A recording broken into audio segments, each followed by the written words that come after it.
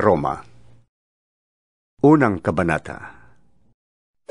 Mula kay Pablo, isang alipin ni Hesukristo, tinawag upang maging apostol at hinirang upang mangaral ng magandang balita ng Diyos. Ang magandang balitang ito na ipinangako niya noong panguna sa pamamagitan ng mga propeta at sinasabi sa mga banal na kasulatan ay tungkol sa kanyang anak, ang ating Panginoong Hesukristo. Sa kanyang pagiging tao, siya'y ipinanganak mula sa lipi ni David, at sa likas na kabanalan ng kanyang espiritu, ipinahayag siyang anak ng Diyos sa pamamagitan ng isang makapangyarihang gawa, ang kanyang muling pagkabuhay. Sa pamamagitan niya, tinanggap namin sa Diyos ang kaloob na maging apostol, alang-alang kay Kristo, upang ang lahat ng bansa ay akayin sa pananampalataya at pagsunod sa Kanya. Kayo'y kabilang sa mga tinawag na maging mga tagasunod ni Hesukristo. Sa inyong lahat na nasa Roma, mga minamahal ng Diyos at tinawag upang maging banal, sumainyo nawa ang pagpapala at kapayapaang mula sa Diyos na ating Ama at sa Panginoong Hesukristo. Una sa lahat, nagpapasalamat ako sa aking Diyos sa pamamagitan ni Hesukristo dahil sa inyong lahat. Sapagkat ang inyong pananampalataya ay balitang-balita sa buong daigdig. Saksi ko ang Diyos na pinaglilingkuran ko ng buong puso sa pamamagitan ng aking pangangaral na magandang balita tungkol sa kanyang anak, na lagi ko kayong idinadalangin. Lagi kong hinihiling na loobin niyang ako'y makapunta riyan sa inyo. Nananabik akong makita kayo upang kayo'y mabahaginan ko ng mga kaloob ng Espiritu sa ikatitibay ninyo. Ang ibig kong sabihin, upang magkatulungan tayo sa ikatatatag ng bawat isa sa atin sa pamamagitan ng ating pananalig sa Diyos. Mga kapatid, ibig kong malaman ninyo na ilang ulit ko nang binalak na pumunta dyan. Ngunit laging may nagiging hadlang. Ibig kong makahikayat din dyan ng mga sasampalataya kay Kristo, tulad ng nagawa ko na sa ibang mga bansang hintil. May pananagutan ako sa lahat, sa mga sibilisado at sa mga barbaro, sa marurunong at sa mga mangmang. Kaya nga, ibig kong ipangaral din dyan sa Roma ang magandang balita. Hindi ko ikinahihiya ang magandang balita, sapagkat ito ang kapangyarihan ng Diyos sa ikaliligtas ng bawat sumasampalataya, unay ang mga Hudyo at gayon din ang mga Grego. Sa magandang balita ay ipinapahayag kung paano pinawawalang sala ng Diyos ang tao. At ito ay sa pamamagitan ng pananampalataya buhat sa simula hanggang sa wakas. Ayon sa sinasabi ng kasulatan, ang pinawalang sala ay mabubuhay sa pamamagitan ng pananampalataya. Nahayag mula sa langit ang puot ng Diyos laban sa lahat ng kalapastanganan at kasamaan ng mga taong dahil na rin sa kanilang kasamaan ay hinahadlangan ng katotohanan. Sapagkat ang maaaring malaman tungkol sa Diyos ay maliwanag. Yamang iyon ay pinapahayag sa kanila ng Diyos.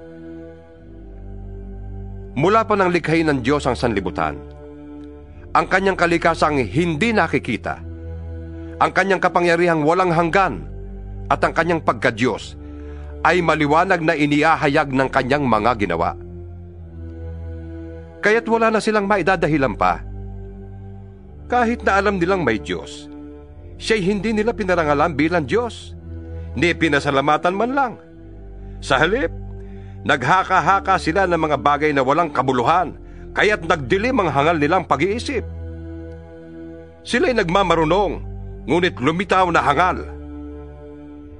Tinalikdan nila ang kadakilaan ng Diyos na walang kamatayan, at ang sinamba nila'y ang mga larawan ng mga taong may kamatayan, ng mga ibon, ng mga hayop na may 4 na paa, at ng mga hayop na gumagapang. Kaya't hinayaan na sila ng Diyos sa kanilang maruruming pagnanasa, hanggang sa hindi na nila mapigil ang paggawa ng kahalayan sa isa't isa. Ang katotohanan tungkol sa Diyos ay tinalikdan at pinalitan nila ng kasinungalingan. Sinamba nila at pinaglingkuran ang nilikha, sa halip na ang lumikha, na siyang dapat papurihan magpakailanman.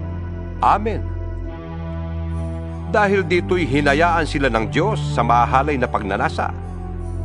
Ayaw nang makipagtalik ng mga babae sa mga lalaki, at sa halip ay sa kapwa babae sila nakikipag-ugnayan. Ganon din ang mga lalaki. Ayaw na nilang makipagtalik sa mga babae, at sa kanilang kapwa lalaki sila nauhumaling. Ginagawa nila ang mga kasuklam-suklam na bagay, kaya't sila'y parurusahan ng parusang nararapat sa kanilang masasamang gawa.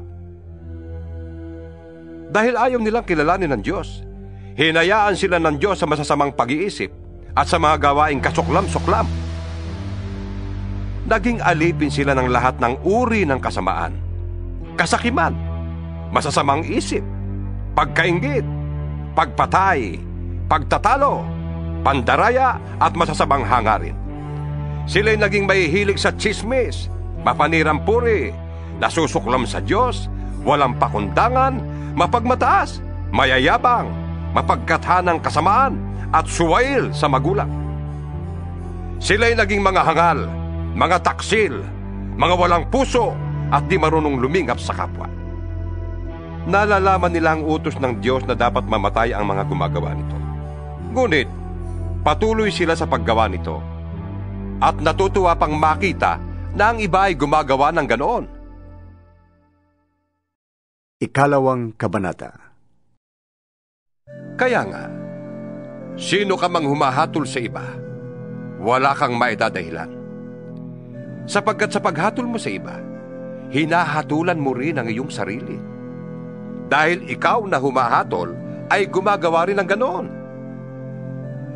Nalalaman nating makatarungan ang hatol ng Diyos laban sa mga gumagawa ng mga iyon. Akala mo ba'y makakaiwas ka sa parusa ng Diyos kung hahatulan mo ang mga gumagawa ng masasamang gawaing ginagawa mo rin naman? O baka naman ibig mo pang hamakin ng Diyos dahil siya ay napakabait, mapagpigil at mapagpaumanhin? Hindi mo ba alam na napakabuti ng Diyos kaya binibigyan kanya ng pagkakataong magsisi at tumalikod sa kasalanan? Ngunit sa katigasan ng iyong ulo at di pagsisisi, lalo mong pinabibigat ang parusang igagawad sa iyo sa araw na yon kung kailan iyahayag ang poot at makatwirang paghatol ng Diyos.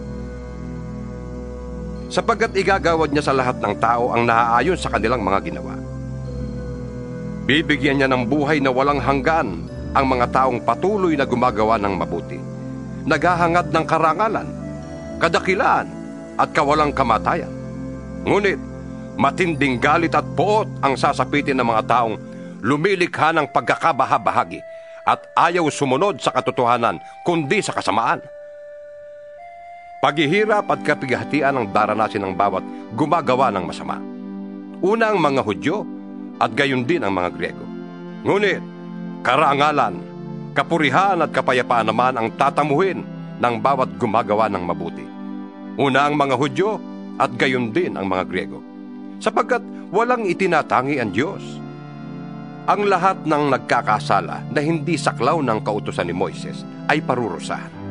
Ngunit, hindi batay sa kautusan. Subalit ang lahat naman ng nagkakasala na saklaw ng kautusan ay hahatulan batay sa kautusan. Sapagkat hindi ang mga nakikinig sa kautusan, kundi ang sumusunod dito ang siyang pawawalang sala ng Diyos.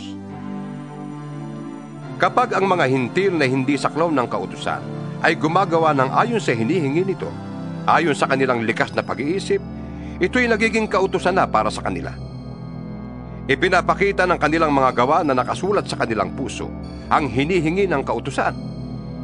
Pinapatunayan din ito ng kanilang budhi, sapagkat kung minsan, sila'y sinusumbatan nito, at kung minsan naman, sila'y pinagtatanggol nito sa kanilang isipan. Ayon sa magandang balitang aking ipinapangaral, mangyayari ito sa araw na ang mga lihim ng lahat ng mga tao'y hahatulan ng Diyos sa pamamagitan ni Kristo Jesus. Ngunit ikaw, na nagsasabing ikaw ay Hudyo at nananalig sa kautusan, ipinagmamalaking mong may kaugnayan ka sa Diyos. Sabi mo'y alam mo ang kanyang kalooban at ang mabubuting bagay sapagkat itinuro ito sa iyo ng kautusan. Ang palagay mo'y taga-akay ka ng bulag. tanglaw ng mga nasa kadiliman, tagapayo ng mga hangal, at tagapagturo ng mga bata, dahil natuklasan mo sa kautusan ang buong kaalaman at katotohanan. Nagtuturo ka sa iba, bakit di mo turuan ang iyong sarili? Nangangaral kang masama ang magnakaw. Ikaw ba hindi nagnanakaw? Sinasabi mong huwag mangangalunya. Ikaw ba'y hindi nangangalunya? Nasusuklam ka sa mga Diyos-Diyusan. Ngunit pumapasok ka ba sa mga templo nito? Makapagnakaw lamang? Ipinagmamalaki mong saklaw ka ng kautusan. Ngunit nilalapastangan mo naman ang Diyos sa pamamagitan ng paglabag mo sa kautusan. Sapagkat nasusulat, ang pangalan ng Diyos ay nilalait ng mga hentil dahil sa inyo. mahalaga lamang ang iyong pagiging tuli kung tumutupad ka sa kautusan. Subalit, kung lumalabag ka sa kautusan, para ka ring hindi tuli. Kung ang hindi tuli ay gumagawa ng ayon sa hinihingi ng kautusan, hindi ba siya ituturing na tuli? Kaya ikaw na hudyong nasa ilalim ng kautusan, ngunit hindi naman tumutupad niyan, ay hahatulan ng mga hindi tuling tumutupad sa kautusang yon. Sapagkat ang isang tao ay hindi nagiging hudyo dahil sa panlabas na kaanyuan o dahil sa siya ay tinuli sa laman. Ang tunay na hudyo ay ang taong nabago sa puso't kalooban ayon sa Espiritu at hindi ayon sa kautusang nasusulat. Hindi ang tao ang nagpaparangal sa kanya, kundi ang Diyos. Ikatlong Kabanata. Kung gayon, paano nakakalamang ang Hudyo sa hindi Hudyo? Ano ang kabuluhan ng pagiging tuli? Napakarami. Una sa lahat, ang mga Hudyo ang pinagkatiwalaan ng mga pahayag ng Diyos. Ano nga kung hindi naging tapat ang ilan sa kanila? Ang ibig kayang sabihin niyon ay hindi na rin tapat ang Diyos? Hindi. Sapagkat laging tapat ang Diyos kahit na ang lahat ng tao ay sinungaling. Ayon nga sa nasusulat tungkol sa Diyos, lagi kang matuwid sa iyong mga salita. Lagi kang panalo kung ikaw ay litisin. Ngunit kung ang kasamaan natin ay nagpapakilala ng katarungan ng Diyos, masasabi ba nating hindi siya makatarungan dahil tayo'y pinaparusahan niya? Ganyan ang pangangatwiran ng tao. Hinding-hindi. Kung hindi makatarungan ng Diyos, paano niya hahatulan ng sanlibutan? Kung sa pamamagitan ng aking kasinungalingan ay lalong lumilitaw ang kadakilaan ng Diyos, sapagkat lalong nakikilala na siya'y tapat, makatarungan kayang parusahan niya ako bilang isang makasalanan? Kung gayon, bakit nga hindi natin sabihin, gumawa tayo ng masama kung mabuti naman ang magiging bunga noon?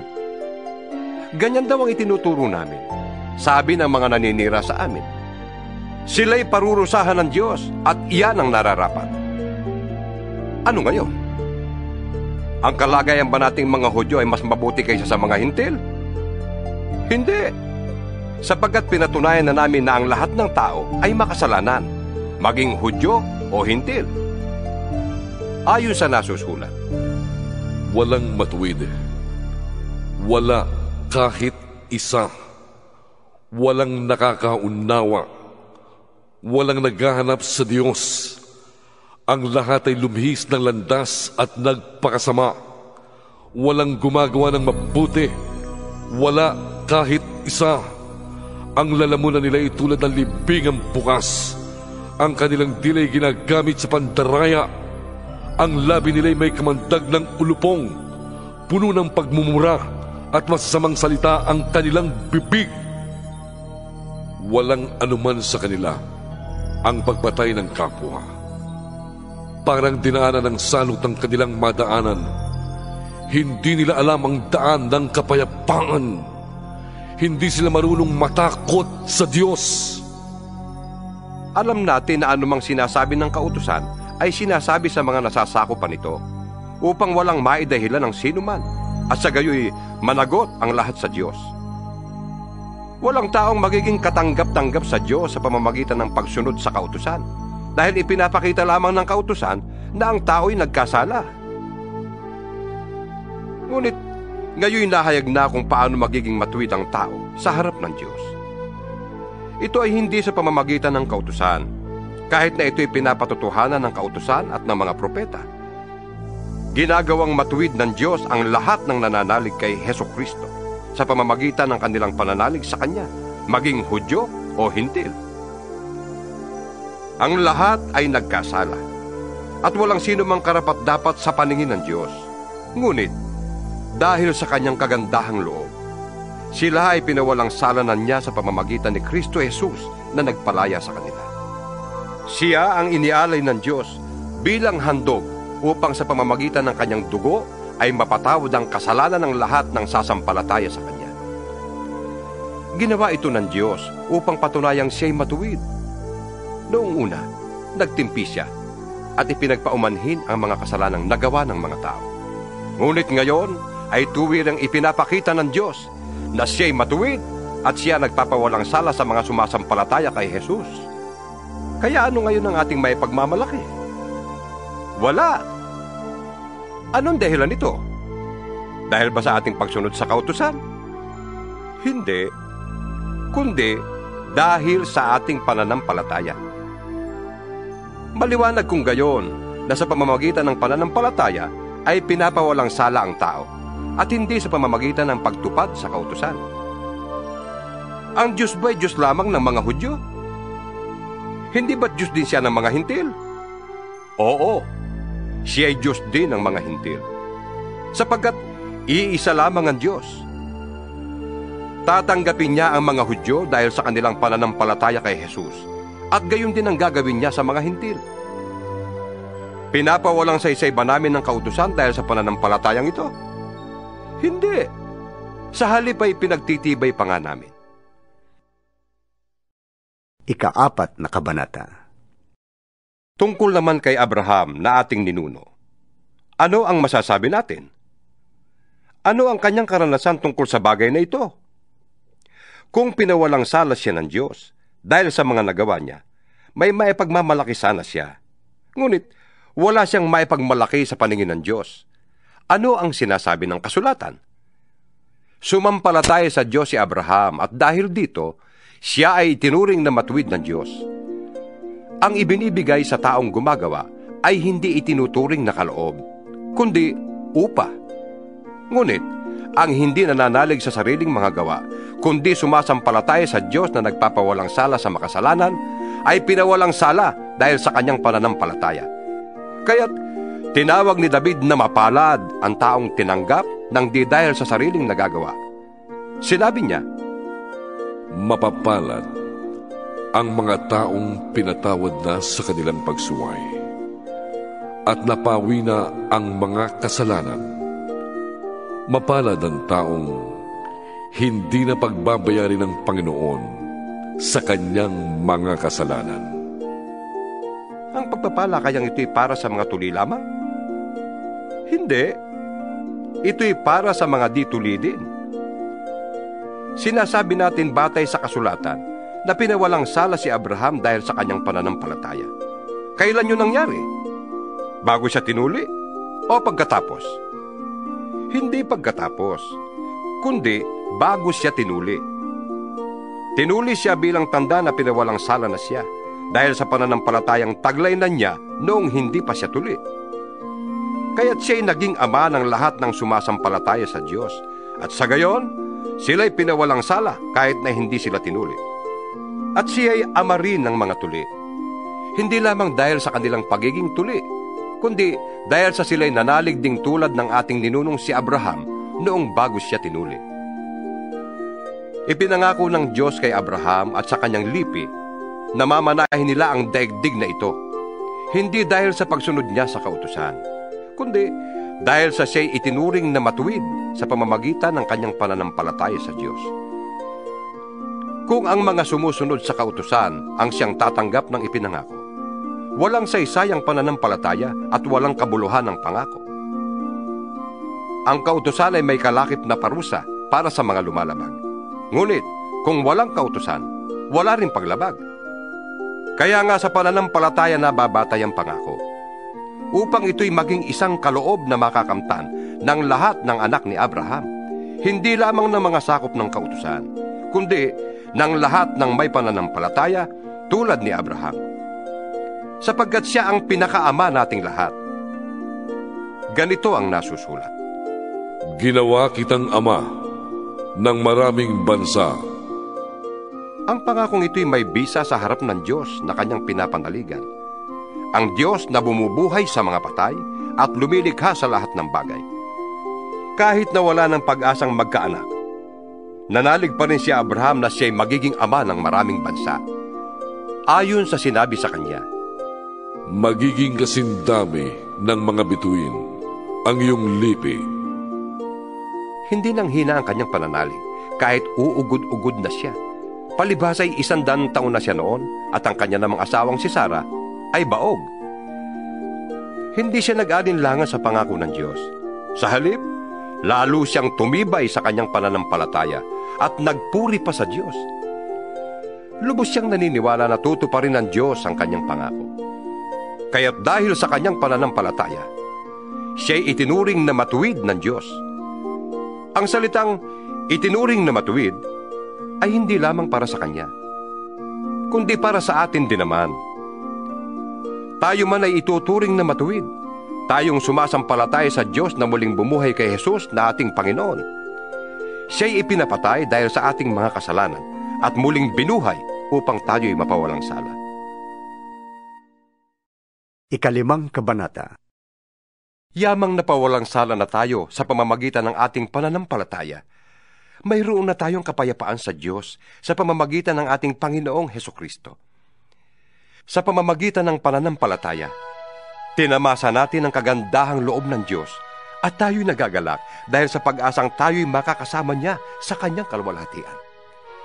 Hindi lamang yan, ikinagagalak din natin ang mga kahirapang ating tinitiis. Dahil alam nating ito'y nagbubunga ng katyagaan, at ang katyagaan ay nagbubunga ng katatagan, at ang katatagan naman ay nagbubunga ng pag-asa. Hindi tayo nabibigo sa ating pag-asa, sapagat ang pag-ibig ng Diyos ay ibinuhos na sa ating mga puso sa pamamagitan ng Espiritu Santong ipinagkaloob sa atin. Sapagat noong tayo'y mahihina pa, namatay si Kristo sa takdang panahon para sa mga makasalanan. Mahirap mangyaring ialay ninuman ang kanyang buhay, alang-alang sa isang taong matuwid. Kahit na maaaring may mga ahas na gumawa nito, alang-alang sa isang taong mabuti. Ngunit, ipinadama ng Diyos ang kanyang pag-ibig sa atin nang mamatay si Kristo para sa atin noong tayo'y makasalanan pa. At ngayong napawalang sala na tayo sa pamamagitan ng kanyang dugo, lalo nang tiyak na maliligtas tayo sa poot ng Diyos sa pamamagitan niya. Dati, tayo'y mga kaaway ng Diyos.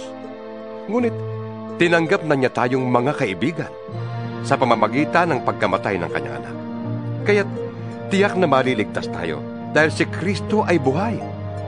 At hindi lamang yan, tayo'y nagagalak at nagpupuri sa Diyos sa pamamagitan ng ating Panginoong Hesukristo, sapagkat dahil sa Kanya ay tinanggap tayo ng Diyos na maging kaibigan niya. Ang kasalanan ay pumasok sa sanlibutan sa pamamagitan ng isang tao. At ang kamatayan ay pumasok sa pamamagitan ng kasalanan niya. Dahil dito, lumaganap ang kamatayan sa lahat ng tao, dahil ang lahat ay nagkasala. Nasa sanlibutan na ang kasalanan bago pa ibinigay ang kautusan. Ngunit kung walang kautusan, walang pinapanagot sa kasalanan. Gayunman, naghari pa rin ang kamatayan mula kay Adan hanggang kay Moises, pati sa mga taong hindi nagkasala na gaya ng pagsuway ni Adan sa utos ng Diyos. Si Adan ay anino ng isang darating balang araw.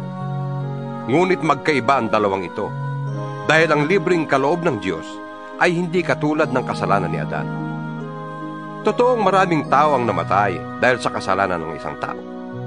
Ngunit, ang kagandahang loob ng Diyos ay mas dakila, pati na ang kanyang libreng kaloob sa maraming tao sa pamamagitan ng biyaya ng isang tao, si Hesukristo. Ang kaloob ay higit na di hamak kaysa ibinunga ng pagsuway ni Adan. Nagdala ng hatol na kaparusahan ang kanyang pagsuway. Ngunit, ang kaloob na dumating sa kabila ng maraming pagsuway ay nagdulot ng kapatawaran. Sa pamamagitan ng isang tao, naghari ang kamatayan dahil sa kanyang kasalanan. Ngunit, Sa pamamagitan naman ng isang tao, si Hesukristo, lalong higit ang nakamta ng mga taong kinahabagan ng sagana at pinawalang sala ng Diyos. Sila'y maghahari sa buhay sa pamamagitan ni Hesukristo.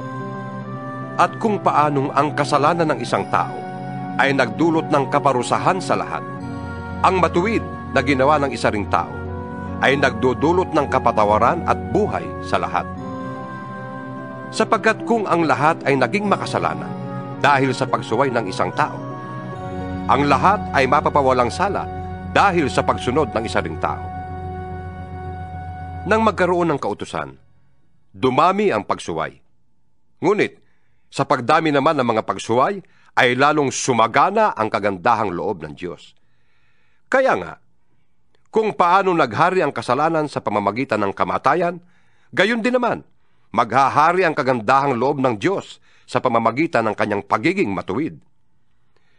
Ito'y magdudulot ng buhay na walang hanggan sa pamamagitan ng ating Panginoong Hesukristo. Ika-6 na kabanata. Ano ngayon ang sasabihin natin? Patuloy ba tayong magkakasala upang sumagana sa atin ang kagandahang loob ng Diyos? Hindi. Tayo'y patay na sa kasalanan. Kaya't paano pa tayo mamumuhay sa pagkakasala? Hindi ba ninyo alam na tayong lahat na nabautismuhan kay Kristo Jesus ay nabautismuhan sa kanyang kamatayan? Sa makatwid, tayo'y namatay na at nalibing nakasama niya sa pamamagitan ng bautismo upang kung paanong binuhay na muli si Kristo sa pamamagitan ng dakilang kapangyarihan ng Ama, tayo rin ay magkaroon ng panibagong buhay. Sapagkat kung nakasama tayo ni Kristo sa isang kamatayang katulad ng kanyang kamatayan, tiyak na tayo ay makakasama rin niya sa isang muling pagkabuhay na katulad ng kanyang muling pagkabuhay. Alam natin na ang dati nating pagkatao ay naipako na sa krus kasama niya upang mamatay ang ating makasalanang pagkatao at nang hindi na tayo maalipin pa ng kasalanan. Sapagkat ang namatay na ay pinalaya mula sa kapangyarihan ng kasalanan. Kung tayo'y namatay ng kasama ni Kristo, naniniwala tayong mabubuhay rin tayong kasama niya. Alam nating si Kristo na muling binuhay ay hindi na muling mamamatay. Wala nang kapangyarihan sa kanya ang kamatayan. Nang siya'y mamatay, namatay siya ng minsanan para sa kasalanan. At ang buhay niya ngayon ay para sa Diyos na lamang. Kaya, dapat din ninyong ibilang ang inyong sarili na patay na sa kasalanan. Subalit, buhay naman para sa Diyos. Yamang kayo'y nakipag-isa na kay Kristo Jesus. Huwag na ninyong paghariin ang kasalanan sa inyong mga katawang may kamatayan upang hindi na kayo maalipin ang masasamang hilig nito. Huwag na ninyong ipailalim sa kapangyarihan ng kasalanan ang alinmang bahagi ng inyong katawan bilang kasangkapan sa paggawa ng kasamaan. Sa halip, pasakop kayo sa Diyos bilang mga taong namatay na at muling binuhay.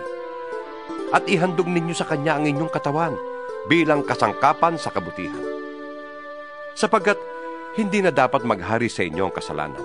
Yamang kayo'y hindi na namumuhay sa ilalim ng kautusan, kundi sa ilalim ng mapagpalang habag ng Diyos.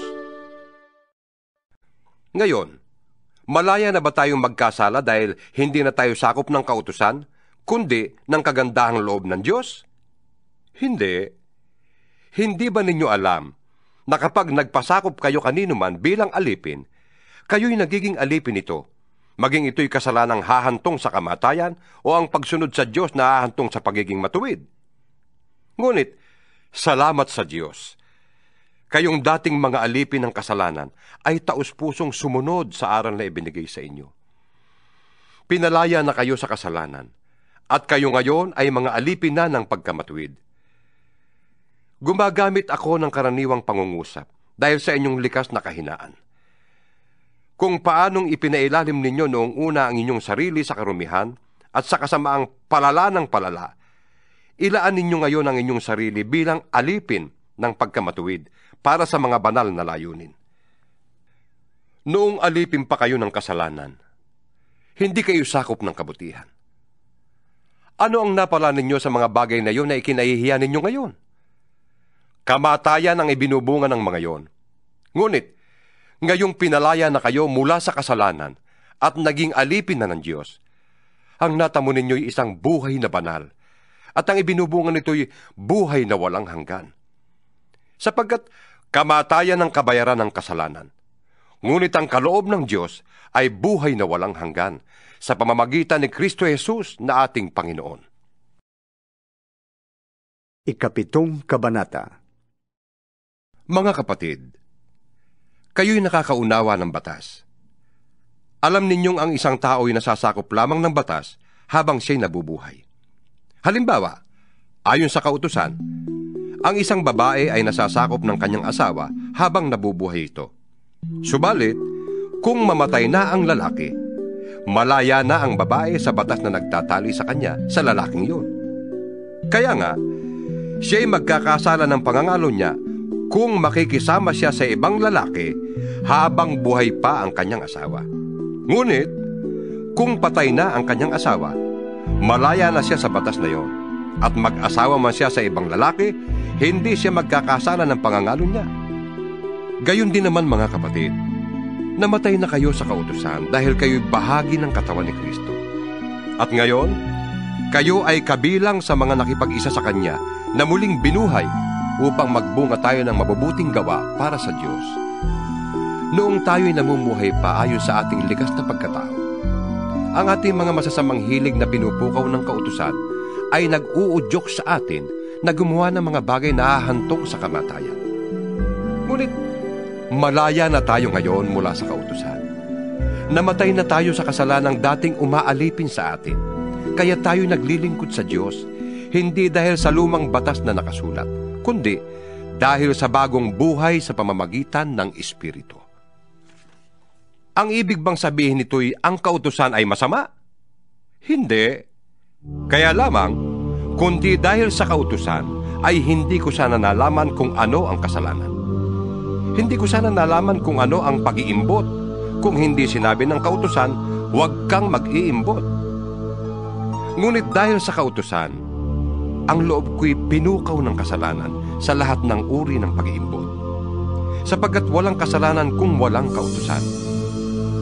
Noong una, namuhay ako ng walang kautusan. Subalit nang dumating ang kautusan, nabuhay ang kasalanan at ako'y namatay. Ang kautusang dapat sanang magdulot sa akin ng buhay ay siyang nagdulot sa akin ng kamatayan. Sapagkat kinasangkapan ng kasalanan ang kautusan upang ako'y dayain, at sa gayon ay napatay nga niya ako. Kaya nga, banal ang kautusan at ang bawat utos ay banal, matuwid at mabuti. Ang ibig bang sabihin nito'y nagdulot sa akin ng kamatayan ng mabuting bagay? Hindi. Ang kasalanan ang pumatay sa akin sa pamamagitan ng mabuting kautusan. Nangyari ito upang maipakita kung ano nga ang kasalanan at upang mahayag sa pamamagitan ng kautusan na ang kasalanan ay talagang napakasama. Alam nating ang kautusan ay espiritual, ngunit ako'y makalaman at alipin ng kasalanan. Hindi ko maunawaan ang aking sarili, sapagkat hindi ko ginagawa ang ibig ko. Sa halip, ang kinasusuklaman ko ang siya kong ginagawa. Kung ginagawa ko ang hindi ko ibig, nangangahulugang sumasang-ayon ako na mabuti nga ang kautusan. Kaya, hindi na ako ang may kagagawa niyon, kundi ang kasalanang nananatili sa akin. Alam kong walang mabuting bagay na nananatili sa aking katawang makalaman. Kaya kong magnasa ng mabuti, ngunit hindi ko nga lamang magawa ang mabuting ninanasa ko. Sapagkat hindi ko ginagawa ang mabuting ibig ko, kundi ang masamang hindi ko ibig ang siya kong ginagawa. Kung ang ginagawa ko ay ang hindi ko ibig, hindi na akong gumagawa nito, kundi ang kasalanang nananatili sa akin. Ito ang natuklasan ko. Kapag ibig kong gumawa ng mabuti, ang masama ay malapit sa akin. Sa kaibuturan ng aking puso, ako'y nalulugod sa kautusan ng Diyos. Ngunit may ibang kapangyarihan sa aking katawan na salungat sa tuntunin ng aking isip. Ipinapaalipin ako ng kapangyarihang ito sa kasalanang nananatili sa aking katawan.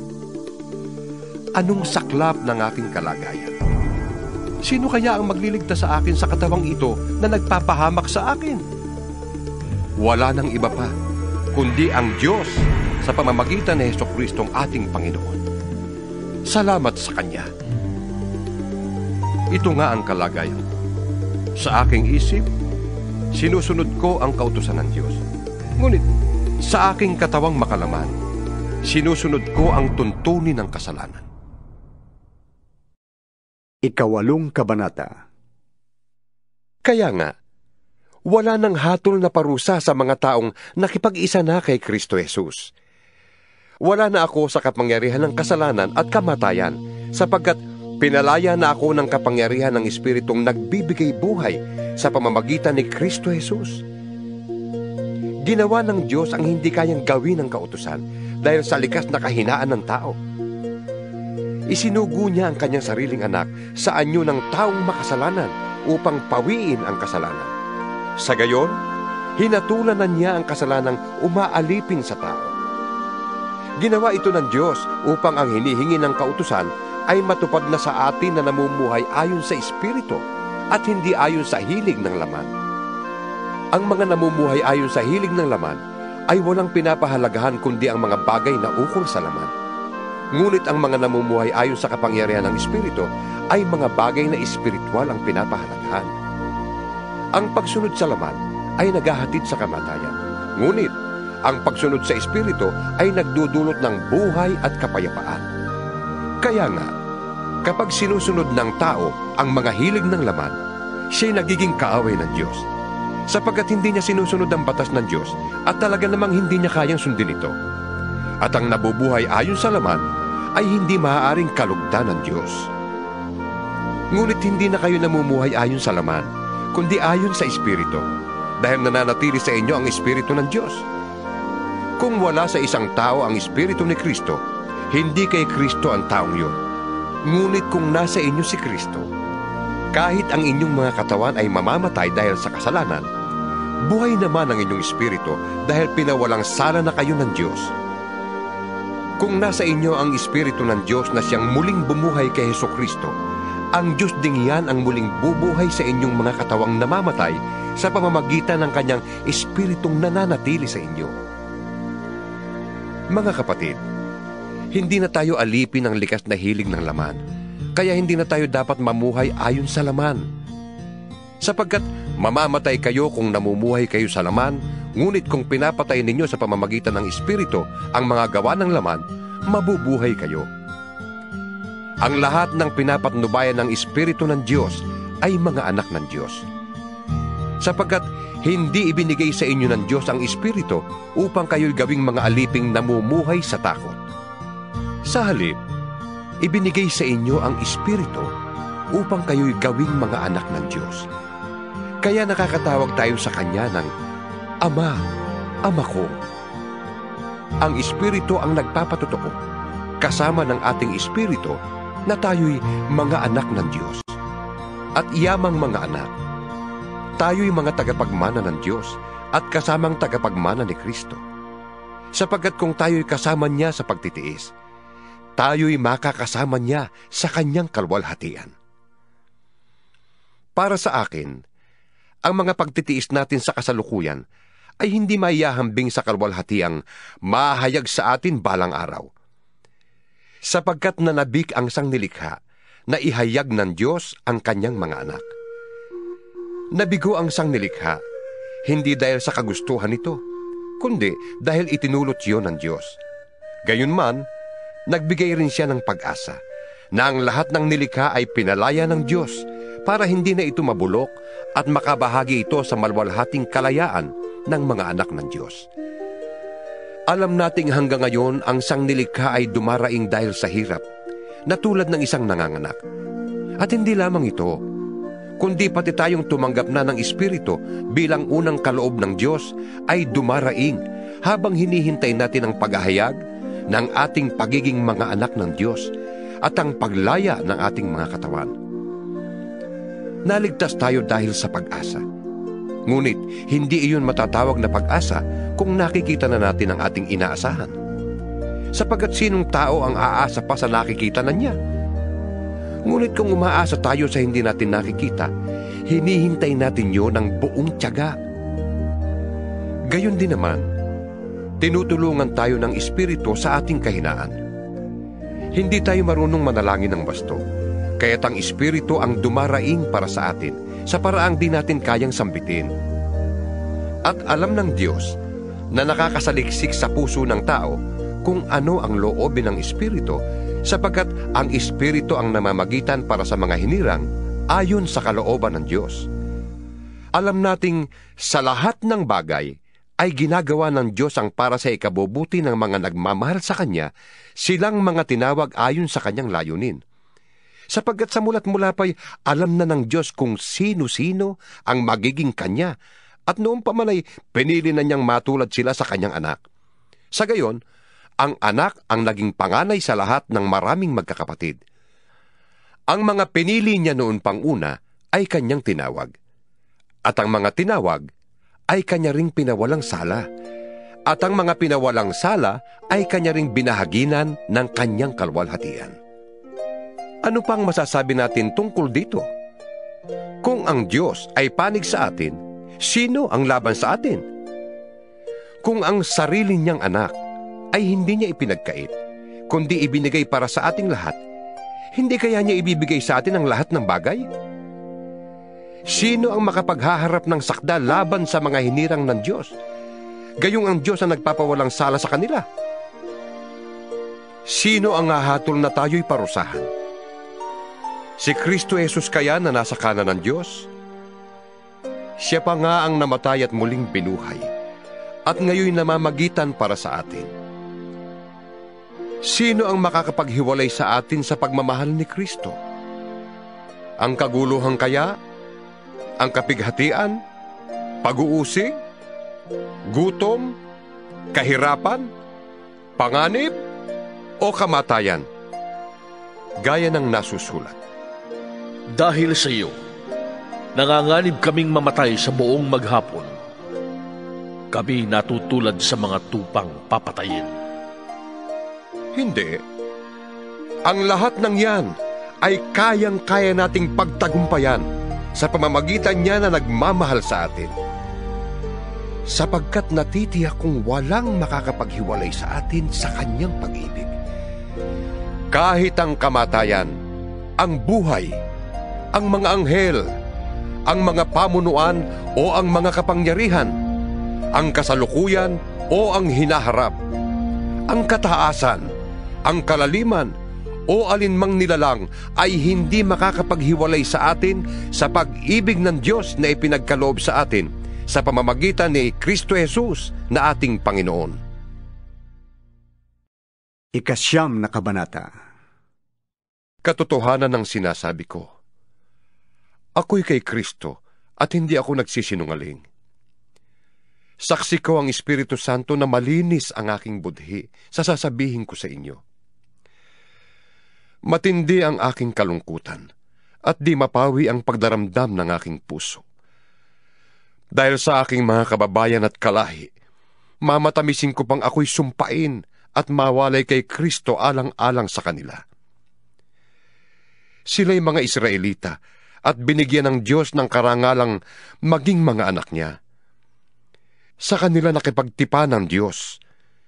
Sa kanila rin ibinigay ang kautusan, ang tunay na pagsamba at ang Kanyang mga pangako. Sa kanilang mga ninuno at sa kanilang lahi nagmula ang Kristo nang siya'y maging tao. Diyos na kataas-taasan at pinapapurihan magpakailanman. Amen. Hindi nangangahulugang nawala na ng kabuluhan ang salita ng Diyos, sapagkat hindi naman lahat ng mga Israelita ay kabilang sa bayang hinirang Niya. At hindi rin ibinibilang na anak ni Abraham ang lahat ng nagmula sa kanya. Ganito ang sinabi ng Diyos: ang magmumula lamang kay Isaac ang ibibilang na lahi mo. Kaya nga, hindi lahat ng anak ni Abraham ay ibinibilang na anak ng Diyos, kundi yun lamang mga saklaw ng pangako ng Diyos. Sapagkat ganito ang pangako: Babalik ako sa 1 taon, sa ganito ring panahon, at magkakaanak ng isang lalaki si Sarah. At hindi lamang yun. Kahit naiisa lamang ang ama ng 2 anak ni Rebeka, na walang iba kundi ang ating ninunong si Isaac, Ipinakilala ng Diyos na ang kanyang pagpili ay ayon sa sarili niyang layunin at hindi batay sa gawa ng tao. Kaya't bago pa ipanganak ang mga bata at bago pa sila makagawa ng anumang mabuti o masama, ay sinabi na ng Diyos kay Rebecca, Maglilingkod ang nakatatanda sa kapatid niyang nakababata. Ayon nga sa nasusulat, Minahal ko si Jacob at kinapuotan ko si Esau. masasabi ba nating hindi makatarungan ng Diyos dahil dito? Hindi. Sapagkat ganito ang sabi niya kay Moises, Mahahabag ako sa ibig kong kahabagan at maaawa ako sa ibig kong kaawaan. Maliwanag kung gayon na ang pasya ng Diyos ay nababatay sa kanyang habag, hindi sa kalooban o pagsisikap ng tao. Sapagkat ayon sa kasulatan, ay sinabi niya sa hari ng Ehipto, Ginawa kitang hari upang sa pamamagitan mo'y maipakilala ko ang aking kapangyarihan at maipahayag ang aking pangalan sa buong daigdig. Kaya nga, kinahahabagan ng Diyos ang sinumang ibig niyang kahabagan at pinapatigas niya ang ulo ng ibig niyang pagmatigasin. Sasabihin mo naman sa akin, kung gayon, bakit pa sinisisi ng Diyos ang tao? Sino ba ang makakasalungat sa kanyang kalooban? Ngunit ikaw na tao lamang, sino kang mangangahas na sumagot ng ganoon sa Diyos? Masasabi kaya ng tao sa lumikha sa kanya? Bakit ninyo ako ginawang ganito? Wala bang karapatan ng gumagawa ng palayok na bumuo ng mamahalin o mumurahing sisidlan mula sa isang tumpok ng lupa? Kahit na ibig ipakita noon ng Diyos ang kanyang puot at ipakilala ang kanyang kapangyarihan, buong tiyaga pa rin niyang pinagtiisan ang mga taong dapat sanang parusahan at lipulin. Ginawa niya yon upang ipakilala ang kanyang walang kapantay na kadakilaan sa mga taong kanyang kinahabagan, na noong una pa'y inihanda na niya para sa kaluwalhatian. Tayo ang mga taong yan. Tayong tinawag niya hindi lamang mula sa mga Hudyo, kundi mula rin sa mga Hintil. Ganito ang sinasabi niya sa aklat ni Osias, Iyong dating hindi ko bayan ay aking tatawaging bayan ko. At ang dating hindi ko mahal ay aking tatawaging mahal ko. At ang sinabihang kayo'y hindi ko bayan ay tatawaging mga anak ng Diyos na buhay. Ito naman ang ipinahayag ni Isaias tungkol sa Israel. Kahit na maging kasindami ng buhangin sa dagat ang bilang ng mga anak ni Israel, kaunti lamang sa kanila ang maliligtas, sapagkat mahigpit at mabilis na hahatulan ng Panginoon ang daigdig. Si Isaias din ang nagsabi, Kung ang makapangyarihang Panginoon ay hindi nagtira ng ilan sa ating lipi, tayo sana'y naging gaya ng Sodoma at naging tulad ng Gomora. Ano ngayon ang masasabi natin? Ang mga hintil na hindi nagsikap na maging kalugod-lugod sa Diyos ay kinalugdan niya? Sila ay pinawalang sala niya sa pamamagitan ng pananampalataya. Ngunit ang Israel naman na nagsikap na maging kalugod-lugod sa Diyos sa pamamagitan ng kautusan ay nabigo. Bakit? Dahil sinikap nilang kalugdan sila ng Diyos sa pamamagitan ng mga gawa at hindi sa pamamagitan ng pananampalataya sa Kanya. Natisod sila sa batong katitisuran ayon sa nasusulat. Naglalagay ako sa Siyon ng batong katitisuran, isang malaking bato na kanilang kadadapaan. Ngunit ang sumasampalataya sa Kanya ay di mabibigo. 10 Kabanata. Mga kapatid, ang pinakananais ko at idinadalangin sa Diyos ay maligtas ang Israel, sapagkat saksi akong sila'y nagsisikap na maging kalugod-lugod sa Diyos. Mali nga lamang ang kanilang naging batayan, dahil hindi nila alam ang pagiging matuwid na mula sa Diyos. Kaya sinisikap nilang gumamit ng sarili nilang pamamaraan, sa halip na sundin ang pamamaraang itinakda ng Diyos. Sapagkat si Kristong kaganapan ng kautusan, at sa gayon ay nagiging matuwid ang sinumang sasampalataya sa Kanya. Ganito ang sinulat ni Moises tungkol sa pagiging matuwid batay sa kautusan. Mabubuhay ang tumutupad ng kautusan. Ngunit ganito naman ang sinasabi tungkol sa pagiging matuwid batay sa pananampalataya. Huwag mong sabihin sa iyong sarili, sino ang aakyat sa langit? Na para bang ibig pababain si Kristo. Huwag mo ring sabihin, sino ang mananaog sa kailaliman? Na para bang ibig ibangon si Kristo mula sa mga patay. Sapagkat ganito ang sinasabi. Malapit sa iyo ang salita.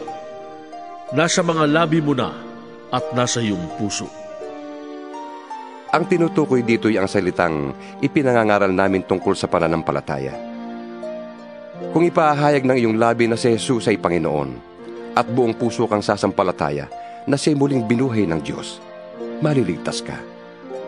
Sapagkat sumasampalataya ang tao sa pamamagitan ng kanyang puso. At nang sa gayon ay nagiging matuwid at nagpapahayag siya sa pamamagitan ng kanyang labi at sa gayon ay naliligtas. Sabi nga ng kasulatan, hindi mabibigo ang sinumang sumasampalataya sa Kanya. Walang pagkakaiba ang katayuan ng Hudyo at ng Hintil. Iisa ang Panginoon ng lahat. At siya'y masaganang magbigay sa lahat ng tumatawag sa Kanya. Sapagkat sinasabi sa kasulatan, maliligtas ang lahat ng tumatawag sa Panginoon. Ngunit paano sila tatawag sa Kanya kung hindi sila sumasampalataya? Paano silang mananampalataya kung wala pa silang napakinggan tungkol sa Kanya? Paano naman silang makapakikinig kung walang mangangaral sa kanila? At paano makapangangaral ang sinuman kung hindi sila sinugo?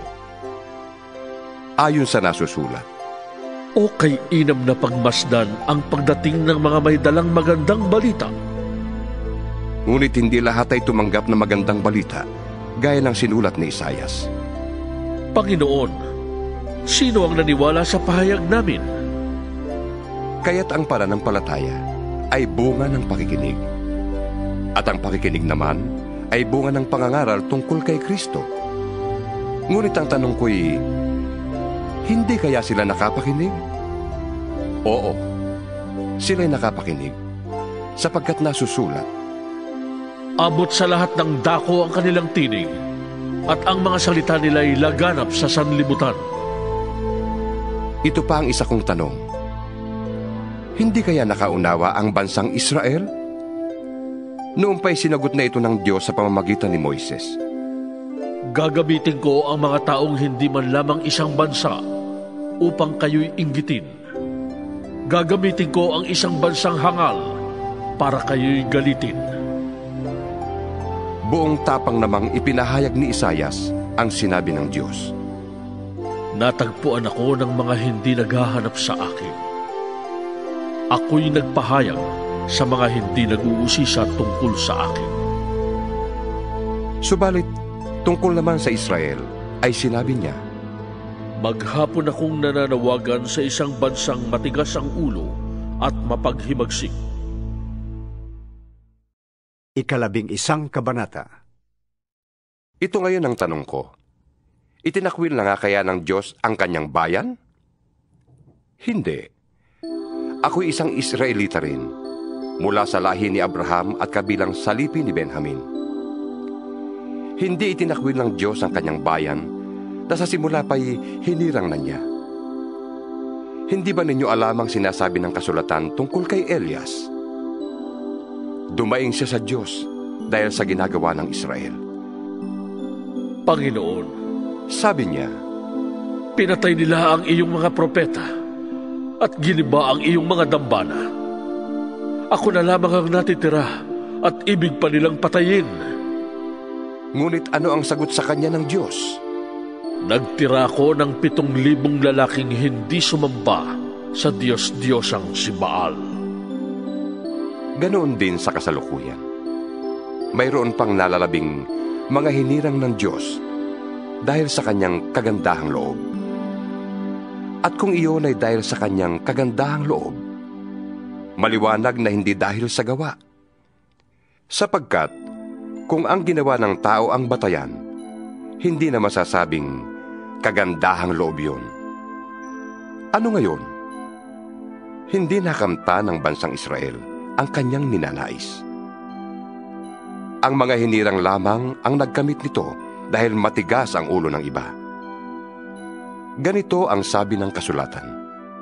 Binigyan sila ng Diyos ng manhid na diwa, mga matang hindi makakita, at mga tengang hindi makarinig hanggang sa panahong ito. At sinabi rin ni David, Maging bitag at patibong nawa ang kanilang pagpipista, isang katitisuran at parusa sa kanila. Lumabo nawa ang kanilang mata nang hindi sila makakita, at sila'y makuba sa hirap habang nabubuhay. ito naman ang tanong ko ngayon. Ang pagkatisod ba ng mga Israelita ay nangangahulugang sila'y tuluyan ng bumagsak? Hindi. Sa halip, dahil sa kanilang kasalanan, ang kaligtasan ay nakarating sa mga hintil upang mainggit ang mga Israelita sa mga ito. Ngayon, kung ang kasalanan ng mga Israelita ay nagdulot ng masaganang pagpapala sa sanlibutan, at kung ang kanilang pagbagsak ay nagdulot ng masaganang pagpapala sa mga hintil, ay di lalo na kapag nagbalik loob sa Diyos ang buong Israel. Ito naman ang sasabihin ko sa inyo, mga hintil. Yamang ako'y apostol ninyo, ipinagmamalaki ko ang aking tungkulin. Ginagawa ko ito upang inggitin ang aking mga kababayang Hudyo, at nang sa gayon ay maligtas ang ilan man lamang sa kanila. Kung ang pagkatakwil sa kanila ay naging daan upang maibalik sa Diyos ang sanlibutan, ang muling pagtanggap sa kanila ng Diyos ay matutulad sa muling pagkabuhay ng patay. Kung ang unang tinapay ay inihandog sa Diyos, ang lahat ng tinapay na mula sa masang pinagkunan noon ay para na ring inihandog sa Diyos. At kung ang ugat ng punong kahoy ay inihandog sa Diyos, gayon din ang mga sanga nito. Kung pinutol ang ilang sanga ng punong ulibo, at ikaw na sanga ng ulibong ligaw, ang idinugtong sa puno upang makabahagi sa buhay na nanggagaling sa ugat ng punong ito, huwag kang magmalaki sa mga sangang pinutol. Alalahanin mong hindi ikaw ang bumubuhay sa mga ugat. Ang mga ugat ang bumubuhay sa iyo. Sasabihin mo naman, pinutol ang mga sanga upang ako'y maidugtong. Totoo yan. Pinutol sila dahil hindi sila sumampalataya sa Diyos.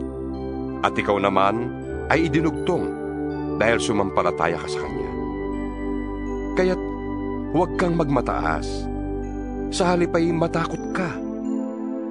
Sapagkat kung ang mga tunay na sanga ay hindi pinanghinayangan ng Diyos, ikaw pa kaya ang panghihinayangan niya? Dito'y makikita natin ang kabutihan at kabagsikan ng Diyos. Naging mabagsik siya sa mga hindi nananalig sa Kanya. Subalit, mabuti siya sa inyo kung mananatili kayo sa Kanyang kabutihan. Kung hindi, kayo may puputulin din.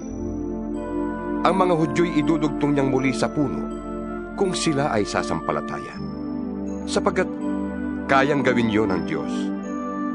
Kung ikaw na sangang galing sa ulibong ligaw ay naidugtong sa tunay na ulibo, kahit nasalungat ang ganoon sa takbo ng kalikasan, lalo pang madaling idugtong sa puno ang mga tunay na sanga nito.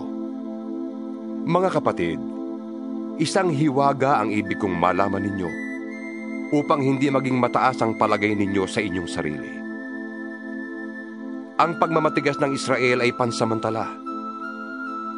Tatagal lamang yon hanggang sa mabuo na ang takdang bilang ng lahat ng mga hintil na lalapit sa Diyos. Kapag nangyari yon, maliligtas ang buong Israel ayon sa sinasabi sa kasulatan. Magbubuhat sa Sion ang tagapagligtas. Papawiin niya ang kasamaan sa lahi ni Jacob. At ito ang gagawin kong kasunduan namin kapag pinawi ko na ang kanilang mga kasalanan. Dahil tinanggihan ng mga Israelita ang magandang balita, sila'y naging kaaway ng Diyos, at kayong mga hintil ang nakinabang. Ngunit dahil sa sila'y hinirang ng Diyos, sila'y mahal pa rin niya, alang-alang sa kanilang mga ninuno. Sapagkat hindi nagbabago ng isip ang Diyos tungkol sa kanyang mga kaloob at pagtawag. Noon, kayong mga hintil ay hindi sumusunod sa Diyos. Ngunit ngayon, kayo ay tumanggap ng habag ng Diyos nang hindi sumunod ang mga Hudyo. Gayon din naman, ngayong nahahabag ang Diyos sa inyo. Ang mga Hudyo naman ay hindi sumusunod upang mahabag din ang Diyos sa kanila. Sapagkat hinayaan ng Diyos na maalipin ang lahat ng tao sa kasalanan upang maipadaman niya sa kanila ang kanyang habag. Lubhang napakasagana ang kayamanan ng Diyos. Di matarok ang kanyang karunungan at kaalaman. Sino ang makapagpapaliwanag ng kanyang mga kapasyahan?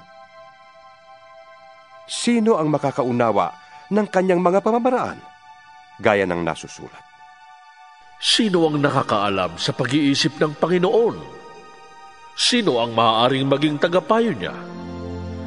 Sino ang nakapagbigay ng anuman sa Diyos na dapat bayaran ng Diyos?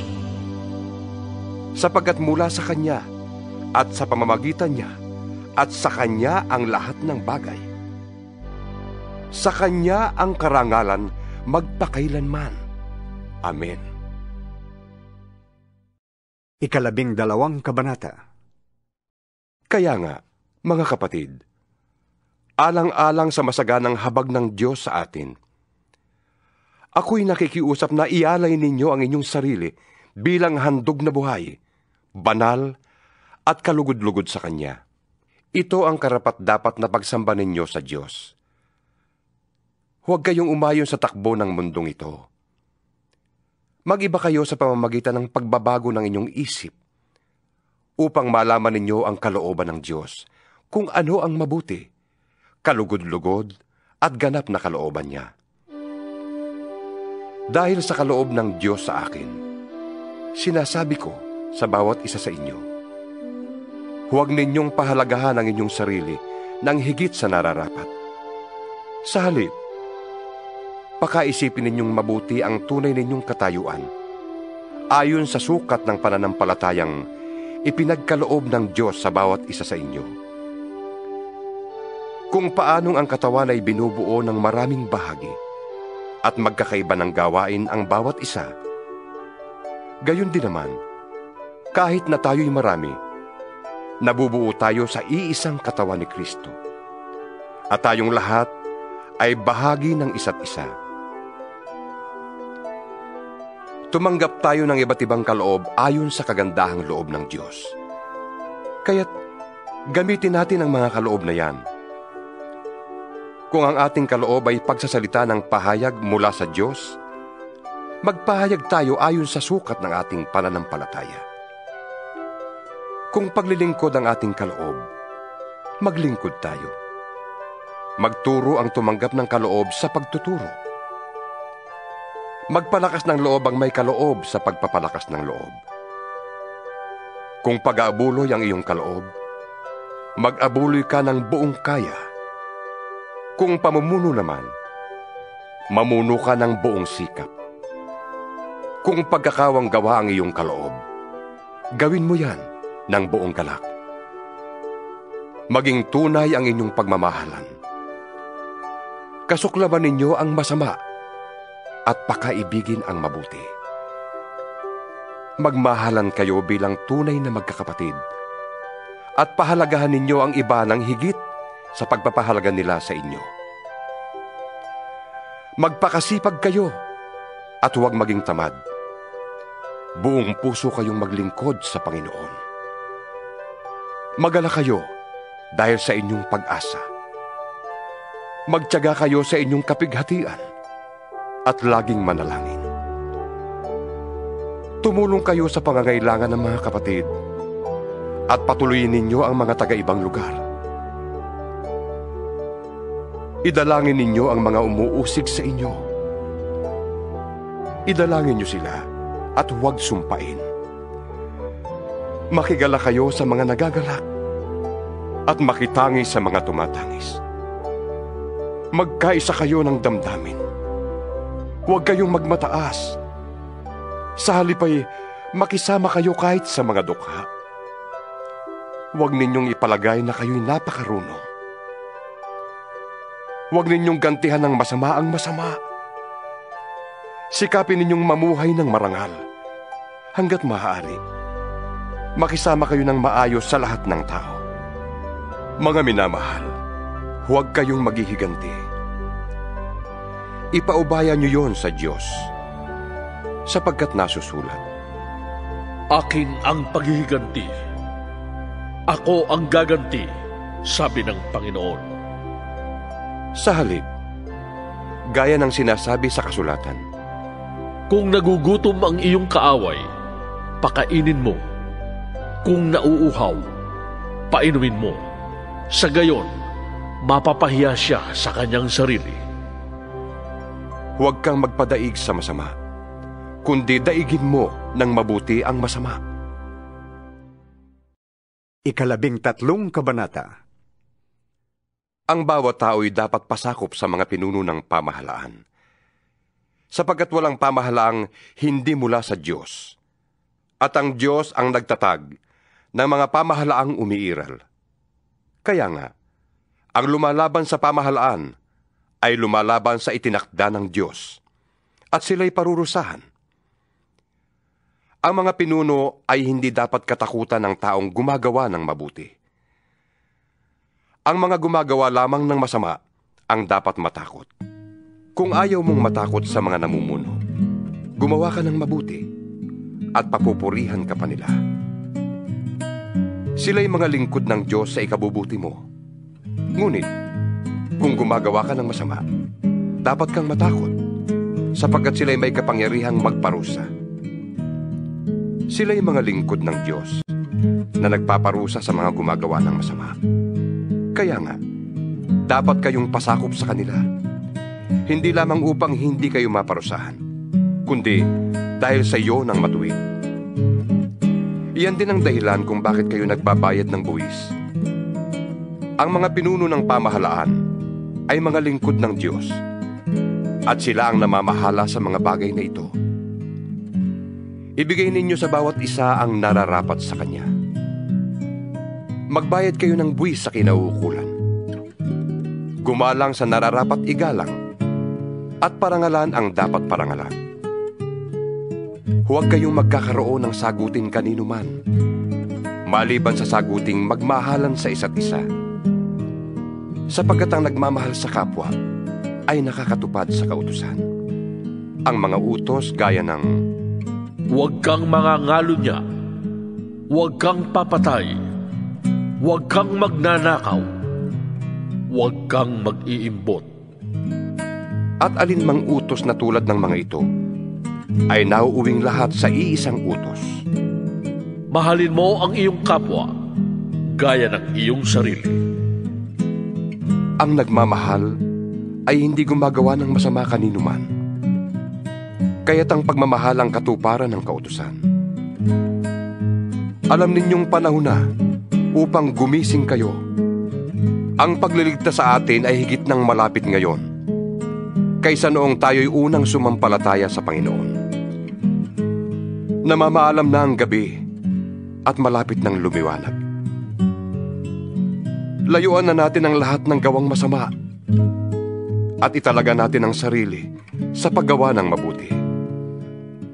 Mamuhay tayo sa liwanag at huwag gugulin ang panahon sa magulong pagsasaya at paglalasing, sa pagpapakasawa sa hilig ng laman at kahalayan, sa alitan at inggitan.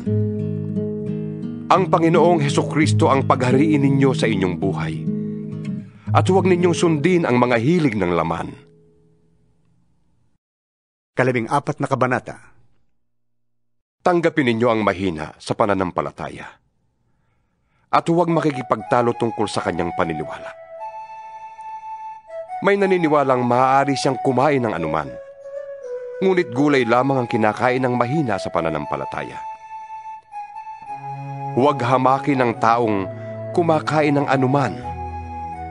Ang kumakain ng gulay lamang At huwag namang hatulan ng kumakain ng gulay lamang ang taong kumakain ng anuman, sapagkat siya'y tinatanggap din ng Diyos. Sino ka upang humatol sa utusan ng iba? Ang Panginoon lamang niya ang makahatol kung siya'y karapat-dapat o hindi. At aariin naman siyang karapat-dapat sapagkat kayang gawin yun ng Panginoon.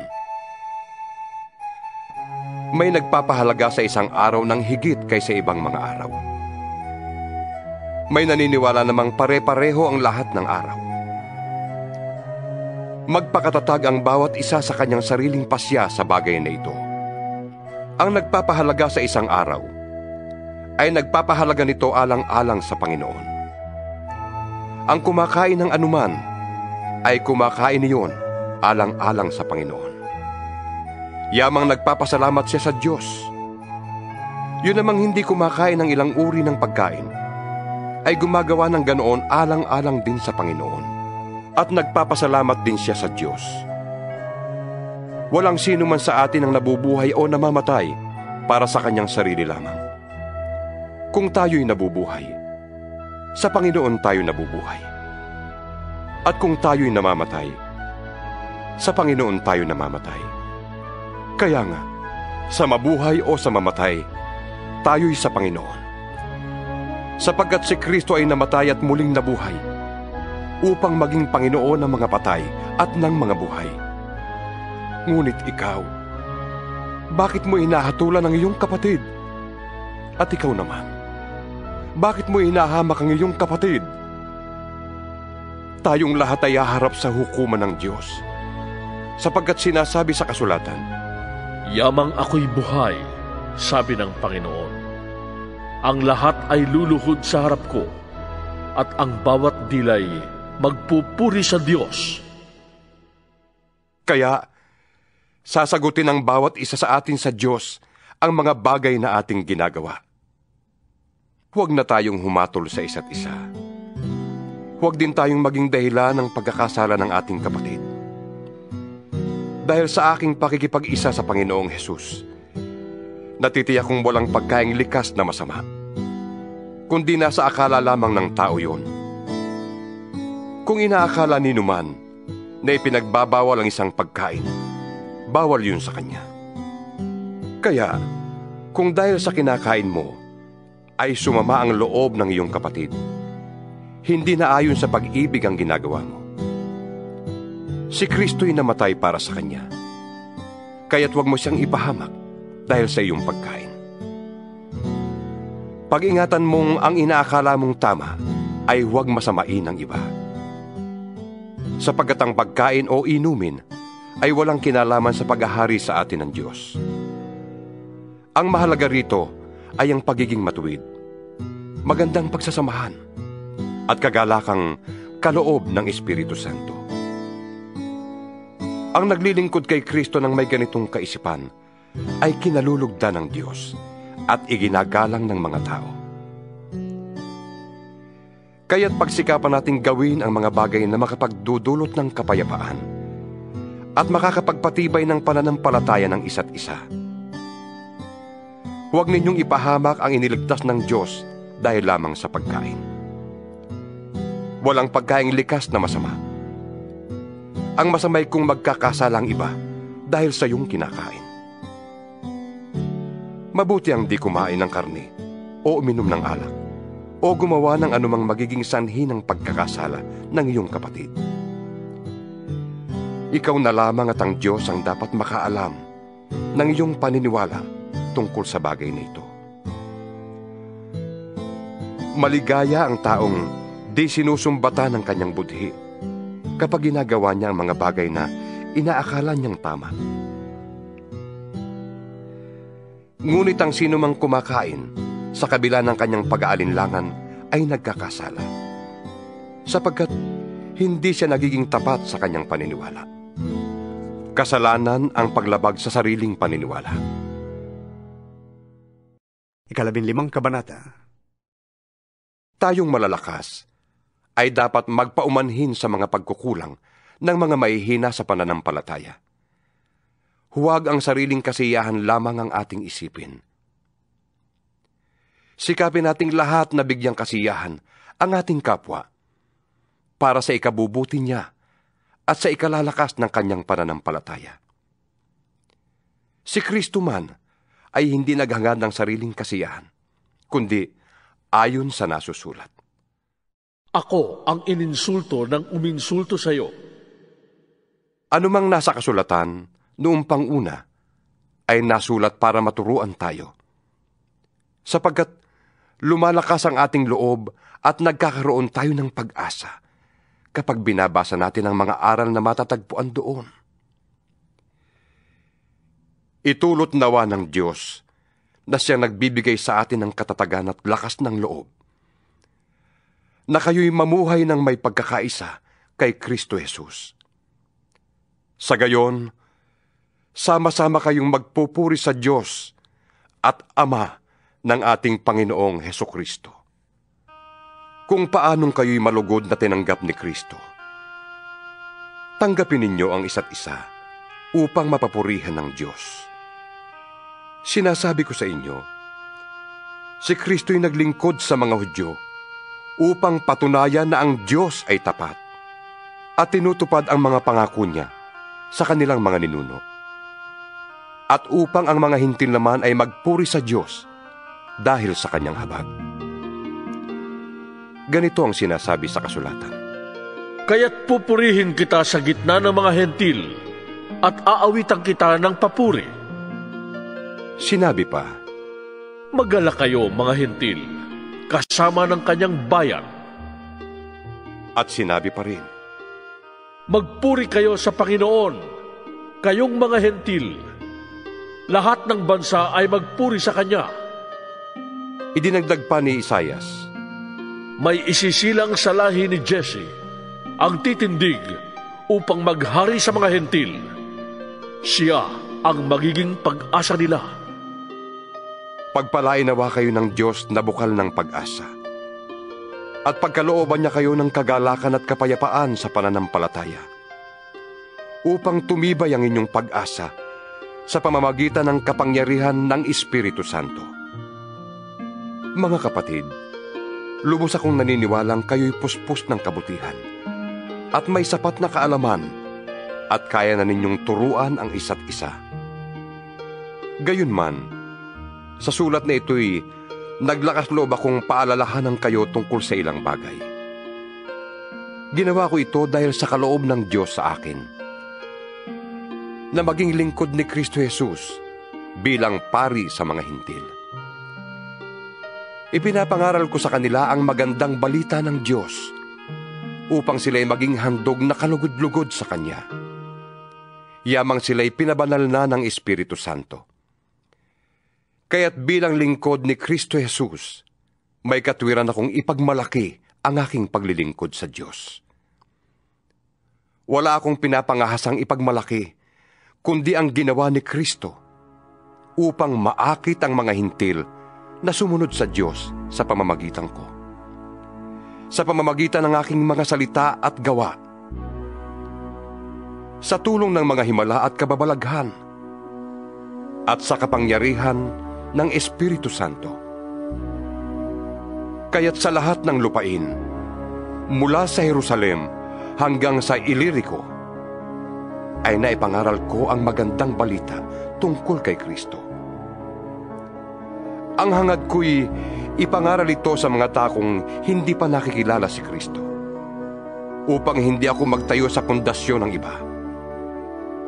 Ganito ang sinasabi ng kasulatan. Makakakilala ang hindi pa nakakabalita tungkol sa Kanya. Makakaunawa ang hindi pa nakakarinig tungkol sa Kanya. Iyan ang dahilan kung bakit hindi ako matuloy-tuloy sa pagpunta sa inyo.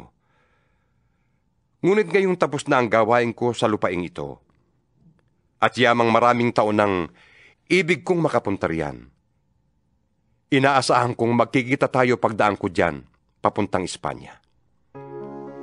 Inaasahan ko ring ako'y tutulungan ninyong makarating doon matapos tayong magkasama-sama ng kaunting panahon. Ngunit sa ngayon ay pupunta muna ako sa Jerusalem upang dalhin ang tulong sa mga kapatid doon, sapagkat Minabuti ng mga taga-Macedonia at Akaya na magpadala ng abuloy para sa mga mahihirap na kapatid sa Jerusalem. Malugod nilang ginawa yon at talaga namang dapat nilang gawin.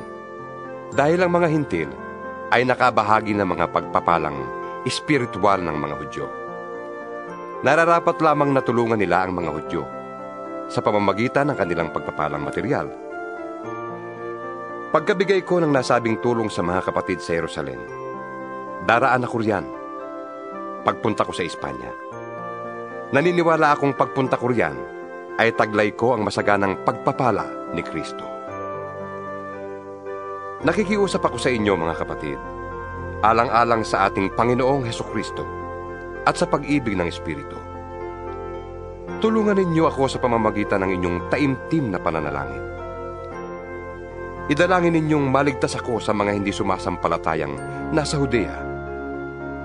At naway tanggapin ng mga kapatid sa Jerusalem ang paglilingkod ko para sa kanila.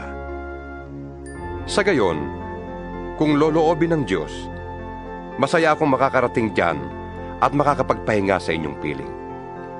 Sumainyo nawa ang Diyos na pinagmumula ng kapayapaan. Amen. 16 na kabanata. Itinatagubilin ko sa inyo ang ating kapatid na si Febe, na isang tagapaglingkod ng iglesia sa Sincrea. Tanggapin niyo siya alang-alang sa Panginoon, gaya ng nararapat nating gawin bilang magkakapatid. Tulungan niyo siya sa anumang pangangailangan niya, sapagkat marami siyang natulungan. Kasama na ako. Ikumusta ninyo ako kina Priscilla at Aquila, na mga kamanggagawa ko kay Kristo Jesus. Itinaya nila ang kanilang sarili sa panganib upang iligtas ang aking buhay. At hindi lamang ako ang nagpapasalamat sa kanila, kundi pati lahat ng iglesia ng mga hintil. Ikumusta rin ninyo ako sa iglesyang nagtitipon sa kanilang bahay. Ipaabot din ninyo ang aking pangungumusta sa mahal kong kaibigan na si Epeneto, na siyang unang nanalig kay Kristo doon sa Asya. Ikumusta ninyo ako kay Maria na nagpakahirap sa paglilingkod para sa inyo. Ikumusta ninyo ako sa mga kababayan kong sina Andronico at Junia na nakasama ko sa bilangguan. Sila'y kilala ng mga apostol at naunang naging Kristiyano kaysa sa akin. Ikumusta ninyo ako kay Ampliato na aking minamahal sa Panginoon.